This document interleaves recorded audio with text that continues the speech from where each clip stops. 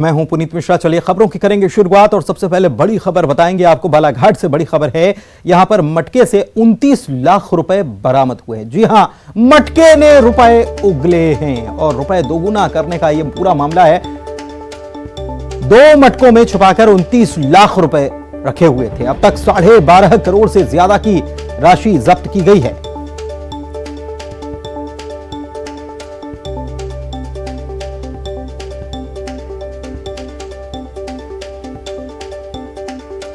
बालाघाट से यह खबर आपको बता रहे हैं। मटकों से निकली है रकम और थोड़ी बहुत भी नहीं, काफी ज्यादा, लाखों रुपए मटके उगल रहे हैं। 12.5 करोड़ से ज्यादा की राशि अब तक जब्त हो चुकी है। यह बालाघाट से बड़ी खबर आपको बता रहे हैं, जहां मटके उगल रहे हैं पैसे, और 1000 2000 नहीं, लाखों रुपए उगल रहे हैं। 29 लाख रुपए मटके से मिले।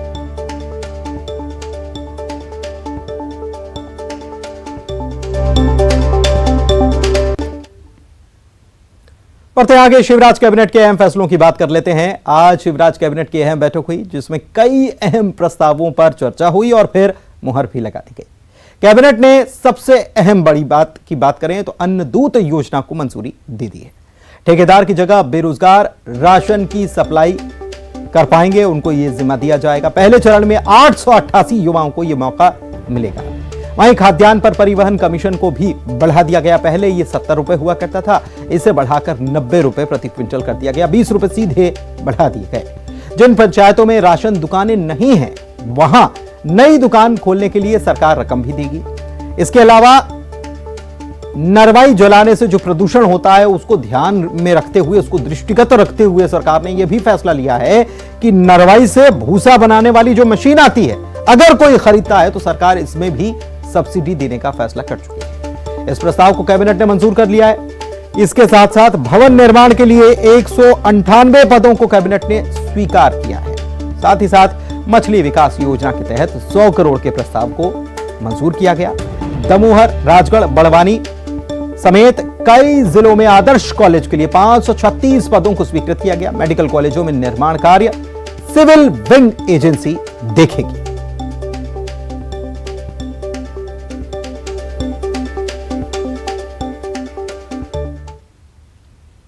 और मुख्यमंत्री शिवराज सिंह चौहान इस वक्त क्या कुछ कह रहे हैं, सीधे चलते हैं। अध्यक्ष बहुत ही कर्मठ है और सचमुच में बिना किसी स्वार्थ के राजनीति के क्षेत्र में काम करते हैं।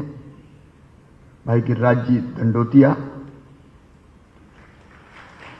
हमारे प्रमुख सचिव भाई संजय जी, पोरवाल जी, करमवीर जी, यहां भोपाल में कुशाभाऊ ठाकरे कन्वेंशन हॉल में बैठे हुए और अलग अलग जिलों में मुझे सुन रहे ऊर्जा विभाग के सभी अधिकारी, कर्मचारी, बहनों और भाइयों, बहुत दिनों से इच्छा थी मेरी कि एक बार आमने सामने हम लोग बैठें। और जैसा प्रद्युम्न जी कह रहे थे, बिजली बहुत महत्वपूर्ण है। कभी रहीम जी ने लिखा था, रहीमन पानी राखिए, बिन पानी सब सून। लेकिन रहीम जी अगर आज के युग में पैदा हुए होते तो कहते, रहीमन बिजली राखिए, बिन बिजली सब सून। बिजली मिले न उबरे, मोती मानुष क्यों। आप जानते हैं कि बिजली के बिना आज कुछ नहीं हो सकता। विकास के दिल की धड़कन बिजली है। दिल धड़कना बंद हुआ तो सारा विकास खत्म। अब आप देखिए, अन्न के भंडार भर दिए मध्य प्रदेश में। हालत है कि पंजाब हमसे पीछे रह गया। हमने इस बार 20 लाख मीट्रिक टन गेहूं निर्यात किया और करते, लेकिन यहां कमी हो रही थी इसलिए रोक दिया। आज गेहूं हो, चावल हो, अलग अलग फल और सब्जियां हो। अब हमारा बासमती राइस कनाडा और अमेरिका में धूम मचा रहा है, लेकिन 2003 के पहले सोच सकते थे कि मध्य प्रदेश का गेहूं भी कभी विदेशों में जाएगा। हालत यह थी कि जितनी जरूरत थी उतना पैदा नहीं होता था मध्य प्रदेश में। मुझे याद है, मैं मुख्यमंत्री बनने के बाद शरद पवार जी कृषि मंत्री हुआ करते थे, उनके पास ये फूड वाला डिपार्टमेंट भी था। उनके पास इसलिए गया था कि हमारे पास सार्वजनिक वितरण प्रणाली में वितरित करने के लिए अन्न नहीं है, गेहूं नहीं है, कुछ गेहूं तो दे दो। तो उन्होंने कहा कि पैदा तो करते नहीं हो, प्रिक्योरमेंट करते नहीं हो, मांगने आ गए, कहां से दे दें। पंजाब पर निर्भरता रहती थी, पंजाब हरियाणा गेहूं के भंडार भरेंगे। मैं उनसे कह के आया था, शरद जी अभी हैं पवार साहब, कि एक दिन मैं आऊंगा ये कहने कि अन्न के भंडार भरे, हमें रखने के लिए बोरे तो दे दो। और वो चमत्कार किया मध्य प्रदेश। 1,29,00,000 मीट्रिक टन गेहूं। जब मैं बाद में गया 12-13 की बात है ये, तो अन्न के ऐसे भंडार भरे थे कि रखने की जगह नहीं बची। तो मैं गया कि महाराज बोरा तो दे दो रखने के लिए। लेकिन ये चमत्कार किया, तो ये चमत्कार बिजली ने किया, आप लोगों ने मिलकर किया। कई फसलें सूखती थी, और आज भी हम जो सिंचाई की योजना बना रहे हैं, अब नहर वाली नहीं बना रहे, क्योंकि नहर में पानी बहुत लगता है, पानी का सीपेज होता है। अब जितनी भी इरिगेशन की योजनाओं पे काम हो रहा है, हम तो पाइपलाइनें डाल रहे हैं। नर्मदा जी आपको पता कितने नीचे थी, मालवा का पठार कितना ऊपर था। हमने कहा कि मैंने उस समय नर्मदा जी का पानी छिपरा में लाने की बात कही, तो कभी एक्स चीफ मिनिस्टर ने कहा था इम्पॉसिबल हो ही नहीं सकता। हमने कहा संभव शब्द हमारे शब्दकोश में नहीं है, हम ले जाएंगे। और बिजली अपन ने बनाई, तो हमने पाइपलाइन बिछाए, मोटर लगाई और कहा नर्मदा जी चले चलो छिपरा मैया में, चले चलो छिपरा मैया में। तो वहां से पाइपों में से होकर छिपरा जी में आ गई। छिपरा, काली सिंध, गंभीर, पार्वती, ये चमत्कार बिजली के कारण है। अन्न के भंडार भरे तो बिजली ने भरे। अब इस समय हमारा अभियान चल रहा है जल जीवन मिशन, घरों में भी गांव में भी। हैंडपंप का पानी नहीं चलेगा गिरिराज जी, खेचू नहीं। अब पाइपलाइन बिछा के घर में टोटी वाला नल लगा के हम बहनों को भरने पानी बाहर नहीं जाने देंगे। टोटी खोलेंगी तो झरझर पानी आएगा और बर्तन भर जाएंगे। लेकिन इसके लिए भी बिजली चाहिए। तो ये भी जिन गांव में हो रहा है, अभी 54 लाख कनेक्शन दे चुके, बिजली के कारण हो रहा है। बिजली से केवल रोशनी नहीं आती, बिजली पढ़ाई लिखाई करवाती है बच्चों की। लाइट एंड में आंखें और खराब हो जाती थी, बच्चों की हालत होती थी कि केरोसिन भरो और बत्ती डालो और जलाओ। बिजली में पढ़ पाते हैं हमारे बच्चे, बिजली के कारण टीवी देख पा रहे हैं, बिजली से मोबाइल भी चार्ज होता है। बिजली के कारण उद्योगों के चक्के चल रहे हैं। सबसे पहले पूछते हैं, अब मैं कल मुंबई जाऊंगा, तो सबसे पहले पूछते हैं बिजली कैसी है। हम सीना तान के कहते 24/7 24 घंटे देंगे, चिंता मत करवा जाओ। क्योंकि बिजली के बिना छोटे और बड़े उद्योग नहीं चल सकते, आईटी कंपनी नहीं आ सकती। आप सब जानते हैं, मैं प्रदेशवासियों को भी कहना चाहता हूं कि बिजली नहीं तो फिर कुछ भी नहीं। विकास की गति ठप हो जाएगी। और अभी प्रद्युम्न जी, हरदीप जी कह रहे थे, एक जमाना था आती कम थी, जाती ज्यादा थी। और भोपाल की सड़कों पे जब हम 2002 की बात करें, 3 की बात करें, तो आधी रात को चड्डी बनियान चड्डी पे टादुल लपेटे और बिना ही बनियान के कहीं तो घूमते रहते थे कि रात कैसे कटे, गर्मी के दिनों में थी नहीं बिजली। लेकिन आज घरों में 24 घंटे बिजली देने का चमत्कार किया तो आपने किया। मैं आपका अभिनंदन करता हूं, प्रदेश की जनता की तरफ से आपका स्वागत करता हूं। इसलिए मैंने कहा कि नहीं, एक बार आमने सामने मिलेंगे भाई। सब नहीं आ सकते तो दूर बैठ के भी सुनेंगे। आखिर कोई अच्छा काम करता है तो उसकी पीठ थपथपाई जानी चाहिए। और इसलिए हमने, आपने देखा, मध्य प्रदेश दिवस के समापन पर भी कई अधिकारी कर्मचारियों का हमने सम्मान किया। और आज हमने तय किया कि बिजली के क्षेत्र में अच्छा काम करने वाले अधिकारी कर्मचारियों को पुरस्कृत किया जाएगा। अच्छे काम का सम्मान होना चाहिए, संदेश भी जाना चाहिए। आदमी और कुछ नहीं चाहता, कम से कम अच्छा करे तो कोई पीठ थपथपाने वाला तो हो। मनोबल भी बढ़ाना है। कमियां है और रहेंगी, दूर करने के प्रयास निरंतर जारी है। अब आप देखिए, आप बता रहे थे मंत्री जी, 24,000 करोड़ की सब्सिडी लगती। प्रदेश की जनता को तब सस्ती बिजली दे पाते हैं। हर महीने 24, हर साल 24,000 करोड़ लगातार बढ़ता, क्योंकि खपत बढ़ती जा रही है, बिजली की ललक बढ़ती जा रही है, इंडस्ट्री बढ़ती जा रही है। अब तो अगर 4 घर भी कहीं बने हुए हैं दूर तो कहते लाओ बिजली। लेकिन हम लोग निरंतर उस काम में जुटे हुए कोशिश कर रहे हैं कि जनता की अपेक्षाओं को हम पूरी करें।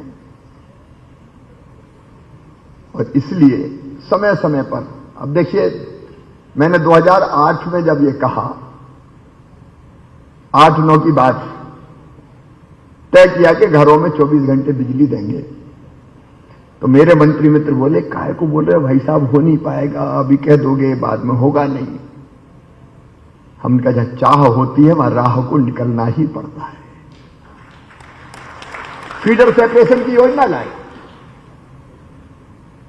हमने हजारों करोड़ रुपया खर्चा किए। खेती के लिए 10 घंटे बिजली के लिए फीडर अलग, और घरों के लिए 24 घंटा बिजली का फीडर अलग। लोग कहते थे हो नहीं सकता, ये असंभव है। हमने कहा हम करके दिखाएंगे, और मुझे कहते हुए प्रसन्नता है कि हमने 2013 में 24 घंटे घरों में बिजली देने का चमत्कार करके दिखा दिया। और उसके कारण इकोनॉमी ऐसी बढ़ी हमारी, उसका आंकड़ा आपको बताता हूं।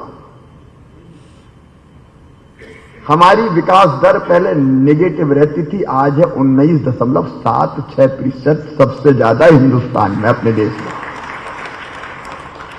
हमारी पर कैपिटा इनकम थी 13,000 रुपया 2003 में। आज पर कैपिटा मतलब प्रति व्यक्ति आय है 1,37,000 रुपया सालाना। देश की अर्थव्यवस्था में हमारा योगदान था 3.6%, अब बढ़ के हो गया 4.6%। लगातार बढ़ रहा है मध्य प्रदेश। और इसका सबसे बड़ा श्रेय अगर किसी को जाता है तो मेरे ऊर्जा विभाग के अधिकारी और कर्मचारियों को जाता है, इसलिए मैं उनका अभिनंदन करता हूं। अब मुझे वो भी याद है, आंधी तूफान पानी, श्योपुर में कैसे हालात बन गए थे। सब स्टेशन डूब गए, खंभे डूबे हुए पूरे। हमने कहा कि नहीं, अब तो बहाल करो 24 घंटे काम, तो धनाधन हमला लगा के भोपाल में ही अब बिजली इतनी पानी गिरा के दे पानी। अब इतने पेड़ टूटे कि कई जगह आपूर्ति बाधित हो गई। अभी हमारे मीडिया के मित्र भी ये रहम तो करते नहीं है, इतने घंटा हो गए बिजली बंद, क्या कर रहा है विभाग। जब हम घरों में आराम से बैठे, कहीं पानी और हवा में गीले नहीं हो जाए, उस समय हमारे विभाग के कर्मचारी, लाइनमैन और बाकी कर्मचारी आधी रात को खंभों पे चढ़ के पेड़ की डालें काट रहे थे ताकि ठीक से बिजली की व्यवस्था को बहाल कर सकें। और हमने युद्ध स्तर पर बहाल किया।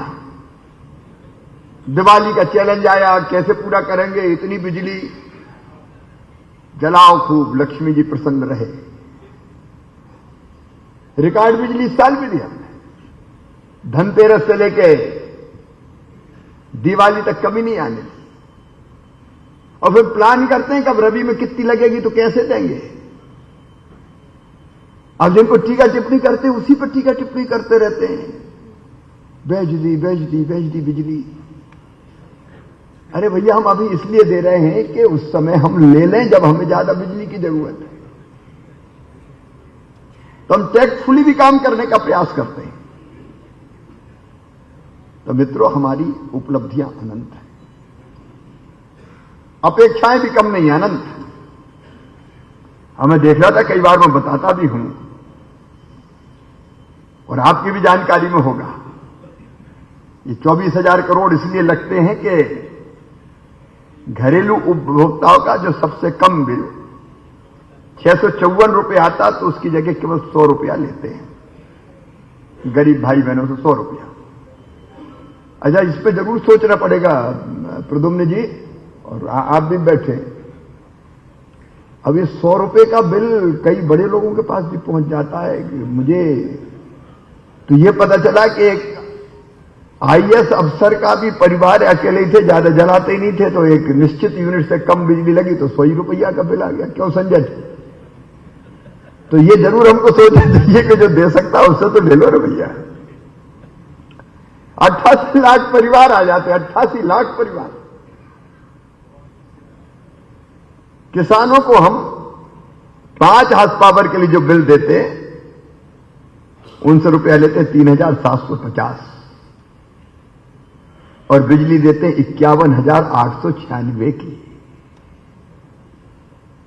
अब ऐसा विभाग और कौन सा होगा? आप बताओ, 3750 रुपए में 51,896 की बिजली दे दे। एक नहीं है। अब जो आते हैं इंडस्ट्रिस्ट, तो वो भी हमको थोड़ी सस्ती बिजली मिल जाए तो हम ज्यादा इन्वेस्टमेंट कर लेंगे, तो उसमें भी कहते हैं चलो 1 रुपया कम दे देना, तुम आओ उद्योग लगाओ ताकि रोजगार मिल सके। मेरे मित्रों, हमारा काम सबसे ज्यादा जरूरी है आज के जमाने में। हमारे 10 मंत्र हैं। एक, जितनी मांग बिजली की उतनी आपूर्ति की व्यवस्था, और उसके लिए प्लान पूरा। अगले साल कितनी होगी तो इतनी बिजली और कहां से लाएं। अब अभी हमने चचाई का तय किया कि पावर प्लांट बनाएंगे, सारणी में भी पावर प्लांट हम लगाएंगे। यह बात सही है कि नवकरणीय ऊर्जा की तरफ भी हमको जाना है, लेकिन थर्मल पावर की भी अभी हमें जरूरत है। पानी से जहां बिजली बन पा रही, हम लोग बिजली बना रहे हैं, और इसलिए भविष्य की आवश्यकता को ध्यान में रख के बिजली बढ़ाना ही पड़ेगा, क्योंकि अब तो आधा घंटे भी बिजली चली जाए तो हाहाकार मच जाता है। मर गए, मच्छर खा गए, परेशान हो गए, हे बिजली कब आएगी तू। आधा घंटे चले जाए तो हाहाकार मच जाता है। तो जितनी बिजली की मांग उतनी बिजली की आपूर्ति। फिर दूसरी हमारी प्रायोरिटी में जनता के लिए कह रहा हूं कि गरीब को भी सस्ती बिजली मिल जाए, इसलिए भारी सब्सिडी की व्यवस्था। फिर तीसरे, सौर ऊर्जा, क्योंकि भविष्य की बिजली तो सूरज ही देंगे। मैं विभाग को बधाई देता हूं कि आपने तय किया सोलर सिटी बनाने का। पहली सोलर सिटी बनेगी सांची, हिंदुस्तान में। हम 3 मई का इंतजार कर रहे हैं। मैं तो फिर प्रधानमंत्री जी से भी आग्रह करूंगा कि वो काम चल रहा है तेजी से, क्योंकि पूरी दुनिया को अगर पर्यावरण बचाना है तो ये सोलर की ऊर्जा चाहिए हमको, सौर ऊर्जा। लेकिन एक काम हमारा, बिजली संबंधी शिकायतों का त्वरित निराकरण। प्रद्युम्न जी ने थोड़ा इशारा किया है। देखो, कर्तव्यनिष्ठ कर्मचारी अधिकारी को मैं प्रणाम करता हूं, लेकिन कई जगह शिकायतों का समय पे देखो 2-3-4 चीजें आती बार बार जब हम जाते हैं। एक, ट्रांसफार्मर जल गया, नहीं बदला। अब बदलने में भी वो टेक्नोलॉजी पूरी ऐसी है नहीं कि कुछ ने दिया और कुछ ने नहीं दिया। अब इसका समाधान कहीं निकालना कि ज्यादा ने दे दिया, कम ने नहीं दिया, लेकिन उनके बिल बड़े बड़े, तो परसेंटेज आड़े आता है। हम लोग प्रयत्न कर रहे हैं कि जो जो दे कम से कम उसको बिजली कैसे दे पाए। जो शिकायतें आए, ट्रांसफार्मर जले तो सिस्टम ऐसा होना चाहिए कि निश्चित समय सीमा में फटाक से बदल जाए। एक आती है कि रखा और फिर जल गया। अब रखा और फिर कैसे जल गया, बोले ओवरलोड हो गया। इसलिए आकलन ये होना चाहिए कि आकलन ये करें कि टेम्परेरी हो, बाकी वो कितना लोड होगा उस लोड के हिसाब से फिर ट्रांसफार्मर रखें और फिर उस पर चोरी ना हो। ये कठिन काम, ये बात सही है, क्योंकि लोग मानते हैं बिजली प्राप्त करना तो हमारा अधिकार है। और इसलिए कई जगह ये होता है कि इधर से नहीं मिली तो डाल दो सीधे, आंकड़ी क्या रहता है, कई एक जगह कहते कटौआ डाल दो। अब हमको ऐसी चीजों को भी रोकने की प्रभावी व्यवस्था करनी पड़ेगी, और उसके लिए जो उपाय, देखो नियम प्रक्रिया से हम सस्ती दे रहे हैं, कोई दिक्कत नहीं, गरीब को मिलना चाहिए, लेकिन चोरी कम से कम बिजली की ना हो। और उसमें मैं जानता हूं कई बार अप्रिय स्थितियों का सामना करना पड़ता है हमारे कर्मचारियों को, लेकिन वैसी परिस्थिति में हम आपके साथ खड़े हैं और व्यवस्था ऐसी बनाएंगे कि इस तरह के लोग कभी अन्याय न कर पाए, और कोई करे तो सजा मिले। फिर ट्रांसमिशन, जनरेशन और डिस्ट्रीब्यूशन का जो लॉस है उसको कम से कम कैसे करें। 40 से घटा के हमने 20% किया है, उस पर और काम करने की जरूरत है। फिर बिजली की बचत के लिए जागरूकता अभियान। देखो मैंने एक आदत बना ली, मैं सवेरे उठ जाता हूं 5 बजे, मैक्सिमम 5:30 बजे, कभी बहुत लेट सोया हो। आज भी मेरा दिन शुरू हुआ है जगह मैं 5 बजे, और मीटिंग करना शुरू कर दी मैंने 6:30 बजे से। आपने देखा होगा कई बार 6:30-7 बजे वीडियो कॉन्फ्रेंसिंग कर लेता हूं। अभी जाके मंत्रिमंडल की बैठक करूंगा, कुछ लोगों से मिलूंगा, और रात को 9:30 बजे खाद की समीक्षा करूंगा, सारे कलेक्टरों को जोड़ूंगा। क्योंकि मुझे तो चैन पड़ता नहीं कि और अच्छा कैसे करूं, और ज्यादा काम कैसे करूं। लेकिन मैं एक काम करता हूं, मैं मेरे कमरे की भी लाइट फालतू जलने नहीं देता। मैंने आदत बना ली कि अगर बिजली की जरूरत नहीं तो स्विच ऑफ कर। और मेरी घर पे लड़ाई किस बात को होती है, जो सीएम हाउस पर काम करते हैं हमारे साथी, किचन में इधर उधर, मेरी लड़ाई हमेशा होती है कि तुम ये बिजली फालतू काहे जला रहे हो, स्विच ऑफ करो, स्विच ऑफ करो। एक दिन मुझे पूछा, ऋषि हमारे काम करता है कि आप मुख्यमंत्री इतने बड़े आदमी हमें डांटते रहते हो, बिजली बंद करो, बिजली बंद करो। बोली ऐसा काहे को करते हो, जल गई तो जल गई।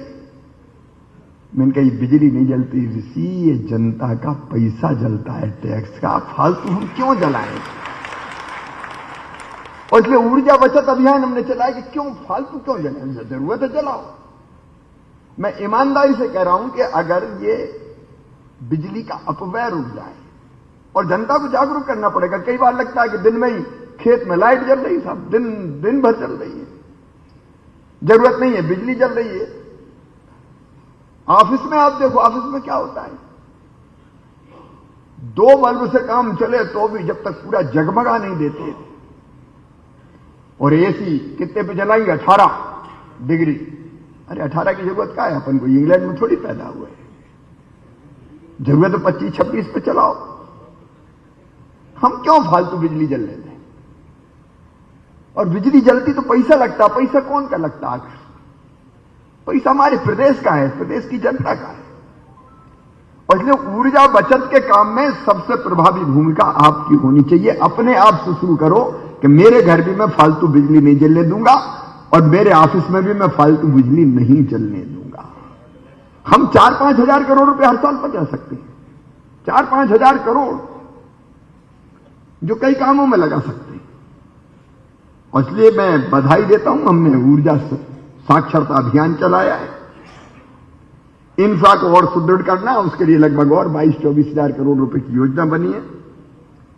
और बिजली जो देना है वो देना है 10 घंटे तो 10 घंटे, 24 घंटे जहां 24 घंटे, और हर स्तर पर मेंटेनेंस के कामों को प्रोफेशनली मैनेज करना है, टेक्नोलॉजी का उपयोग करते हुए। मैं बहुत विस्तार में नहीं जाऊंगा।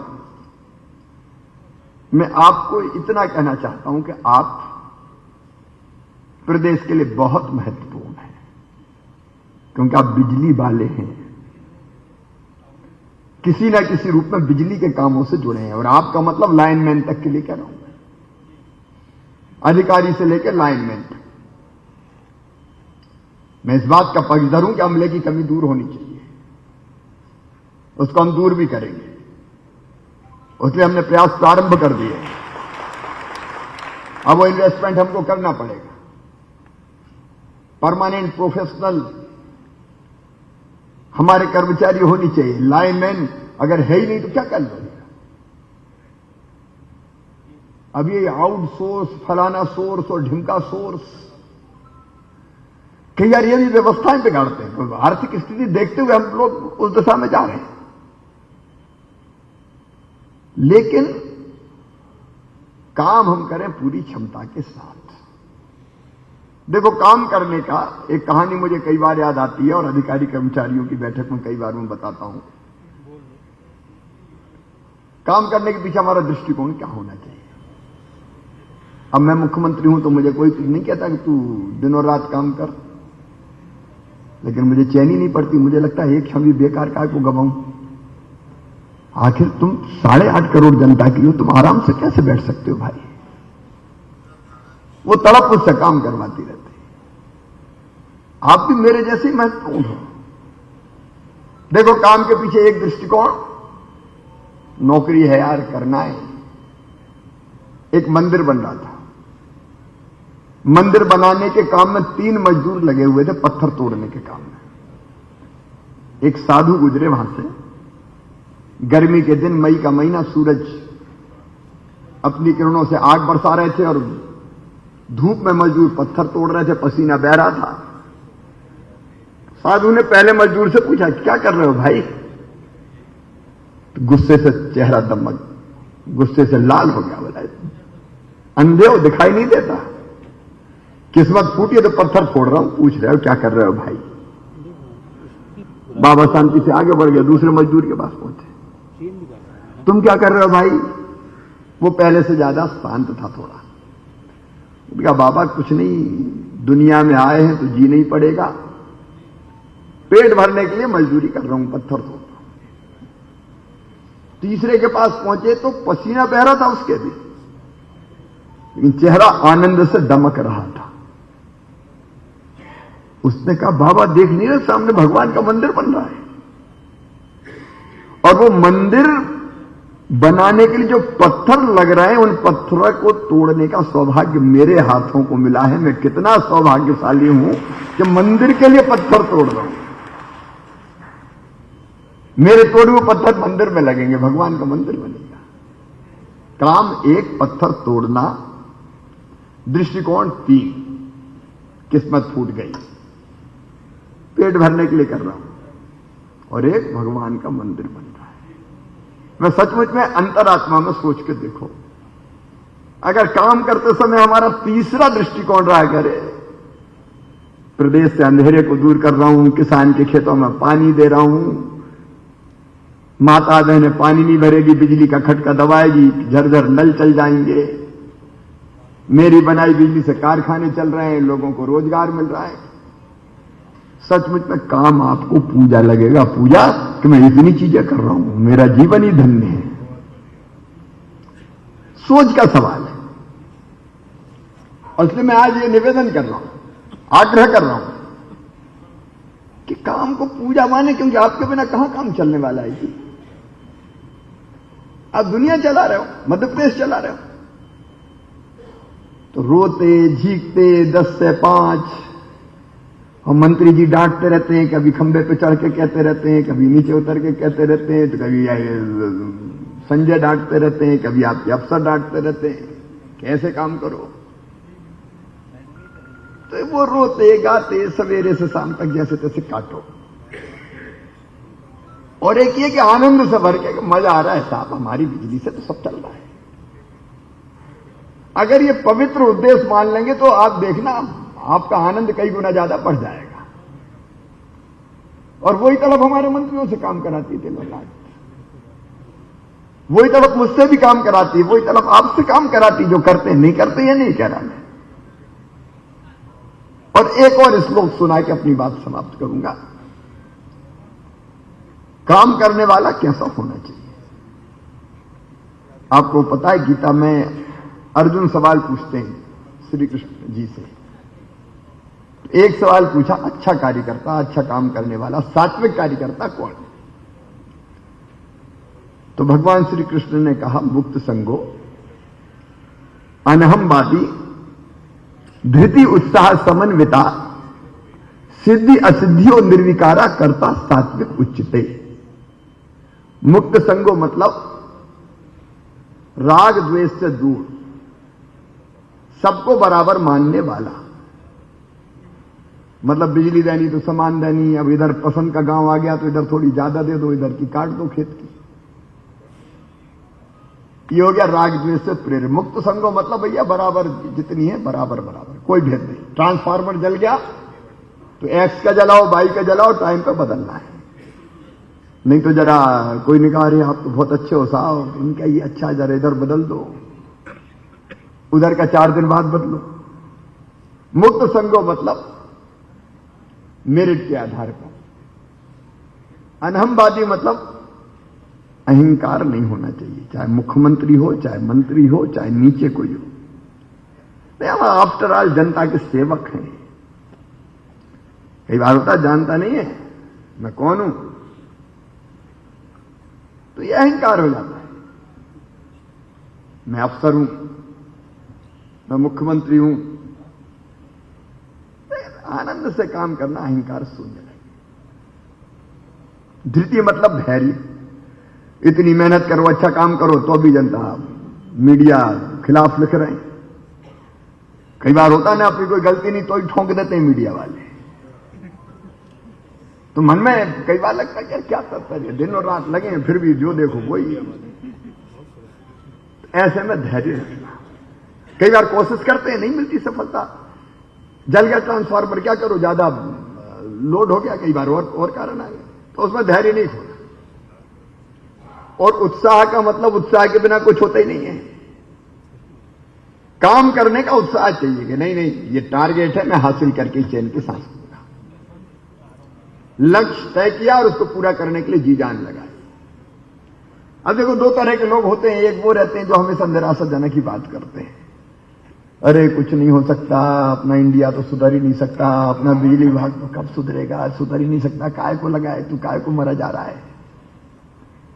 अब वो ऐसे है कि जो अच्छा खासा काम कर रहा है उसको भी मुर्दा कर दे।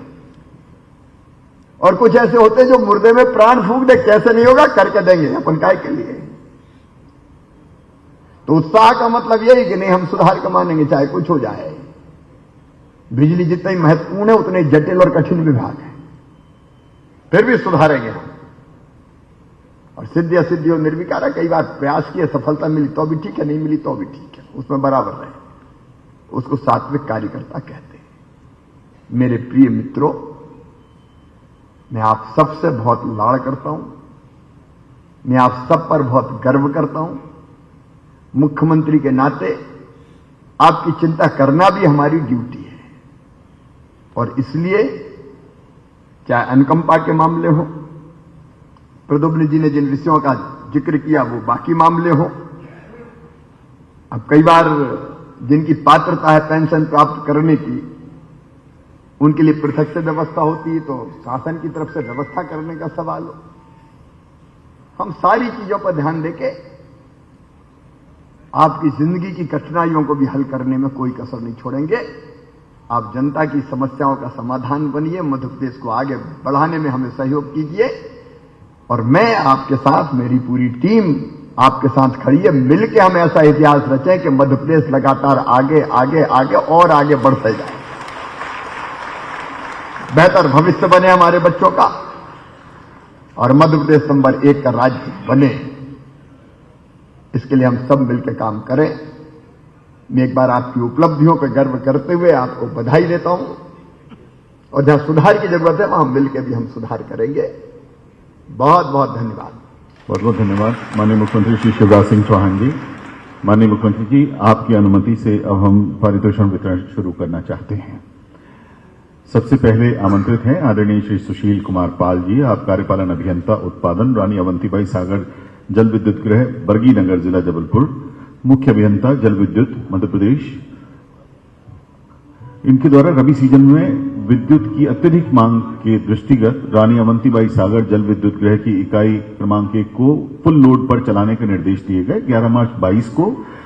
उसमें खराबी आने पे आपने जबलपुर से बरगीनगर पहुंचकर इसको बहुत ही कम समय में अपनी तकनीकी दक्षता और कर्मठता से तत्परतापूर्वक इंस्टॉल किया। आपकी इस सराहनीय कार्य को देखते हुए आपको ये पुरस्कार प्रदान किया जा रहा है। श्री राजेश शाही, सहायक अभियंता उत्पादन, सतपुड़ा विद्युत गृह सारणी, आपके द्वारा सतपुड़ा ताप विद्युत गृह सारणी में ओईएम द्वारा स्थापित कई महत्वपूर्ण उपकरणों जैसे sulphur analyser, spectrophotometer, ESP transformer और ईएसपी कंट्रोलर आदि खराब होने के कारण जो बंद हो गए थे, उन पुराने उपकरणों को अपनी सूझबूझ और तकनीकी कौशल से संधारित कर पुनः चालू किया गया। इस प्रशंसनीय कार्य के लिए आपको सम्मानित किया जा रहा है। श्री सोहन चौहान जी, कनिष्ठ अभियंता, श्री सिंगाजी ताप विद्युत गृह डोंगालिया खंडवा, आपके द्वारा श्री सिंगाजी ताप विद्युत गृह डोंगालिया खंडवा में रेलवे रैक के माध्यम से राख ढुलाई किए जाने पर हवा में उड़ने वाले प्रदूषण को नियंत्रण करने के लिए विभागीय स्तर से संसाधन जुटाकर अपनी सूझबूझ और लगन से अल्प समय में लोडिंग एरिया को 400 मीटर फायर पाइपलाइन बिछाकर 7 नग हाइड्रेंट वॉल लगाने का प्रशंसनीय कार्य किया गया है। इसके लिए आपको पुरस्कृत किया जा रहा है। श्री राजेश्वर सिंह ठाकुर, अगस्त 2021 में श्योपुर जिले में अतिवृष्टि के कारण बड़ौदा के 132 केवी उपकेंद्र में 10 फीट से ज्यादा पानी कंट्रोल रूम और यार्ड में भर गया था। आपने ये सारी व्यवस्थाएं ठीक कराई, मिट्टी और कीचड़ को हटवाया, खराब उपकरणों को बदलवाया और अल्प समय में क्षेत्र की विद्युत आपूर्ति बहाल की। इसके लिए आपको पुरस्कृत किया जा रहा है। श्री आशुतोष राय, सहायक अभियंता, टीएलएम उपसंभाग इटारसी, 26 मई 2022 को चक्रवात और वायु उच्च दाब के कारण 132 केवी होशंगाबाद शाहगंज खटपुरा में अति उच्च दाब लाइन के 5 टावर पूर्ण रूप से धराशायी हो गए। भोपाल की 100 से ज्यादा क्षेत्रों की 8 लाख आबादी के लिए जल प्रदाय बहुत जरूरी था। आपने सारी चीजें दुरुस्त करने में अपनी महत्वपूर्ण भूमिका